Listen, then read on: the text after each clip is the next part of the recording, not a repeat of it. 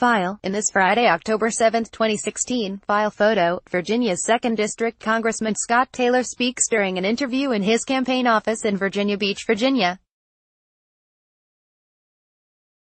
A special prosecutor in Virginia was appointed Tuesday, August 7, 2018, to investigate potential election law violations in a tight congressional race that could help Democrats reclaim the U.S. House. Political observers said the probe could hurt Taylor in what's become an increasingly competitive district along Virginia's coast. But it will likely depend on the investigation's outcome. AP photo, Steve Helber, file, Norfolk, Virginia, AP, in a story August 9 about fake signatures appearing on a ballot petition for a congressional candidate in Virginia. The Associated Press misspelled the middle name of a deceased man whose name appeared on the petition. His name is R. Stewart Cake, not R. Stewart Cake. A corrected version of the story is below. Democrats scrub candidate from ballot over fake signatures. Virginia Democrats want officials to remove an independent congressional candidate from November's ballot over allegations of voter fraud by Ben Finley. Associated Press, Norfolk, Virginia. AP. Democrats in Virginia on Thursday accused Republican campaign staffers in a competitive congressional race of faking the signatures of at least 17 voters to help put an independent candidate on November's ballot. Democratic Party officials said the blatant fraud committed by staffers working for a Republican U.S. Rep. Scott Taylor as an effort to split the Democratic vote in Virginia's 2nd Congressional District. In a letter mailed Wednesday, Virginia Democratic Party attorney Mark Elias urged state election officials to remove independent candidate Sean Brown, whom he described as a spoiler candidate, from November's ballot.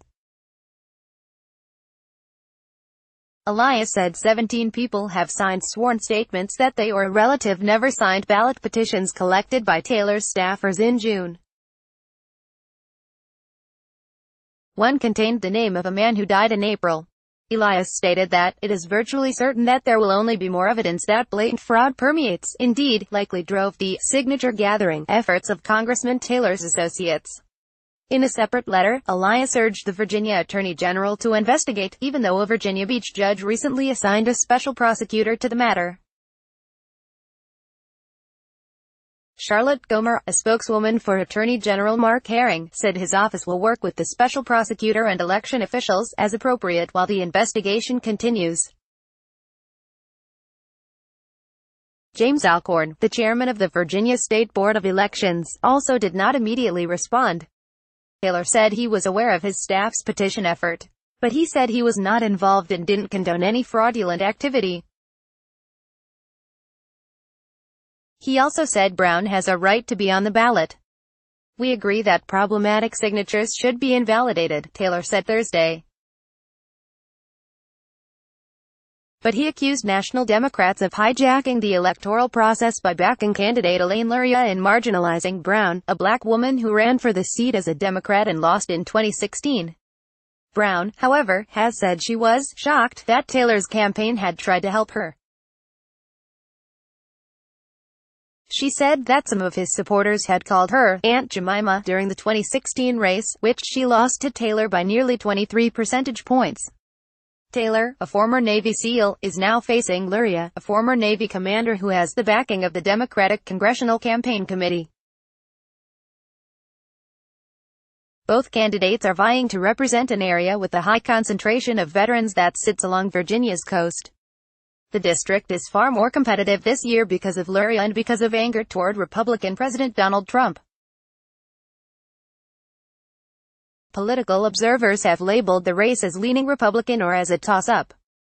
Brown is facing trial in October on charges that she defrauded the federal government through a summer meal program for children. Her first trial ended with a hung jury. She still decided to run again. She had needed 1,000 signatures from qualified voters to get on November's ballot as an independent. More than 2,000 were collected, and more than 500 were gathered by people associated with Taylor's campaign, according to information provided by the Virginia Department of Elections. Ariel Schneider, an analyst with the department, said 2,163 petition signatures went through the validation process, and that 1,030 were considered to be valid.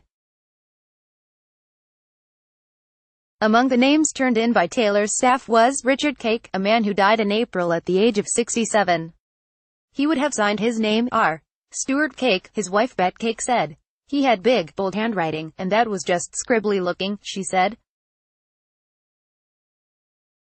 It's really hurtful to know that somebody would use somebody else's name, especially someone who is no longer with us, for political gain. The signature under Cake's name was not accepted as valid, election records state. But some signatures were accepted and belong to people who swear they never signed. They include Tony Flores. I'm not naive about politics, he said about efforts to split the Democratic vote. But forgery is a whole different deal. Copyright 2018 The Associated Press. All rights reserved. This material may not be published, broadcast, written or redistributed.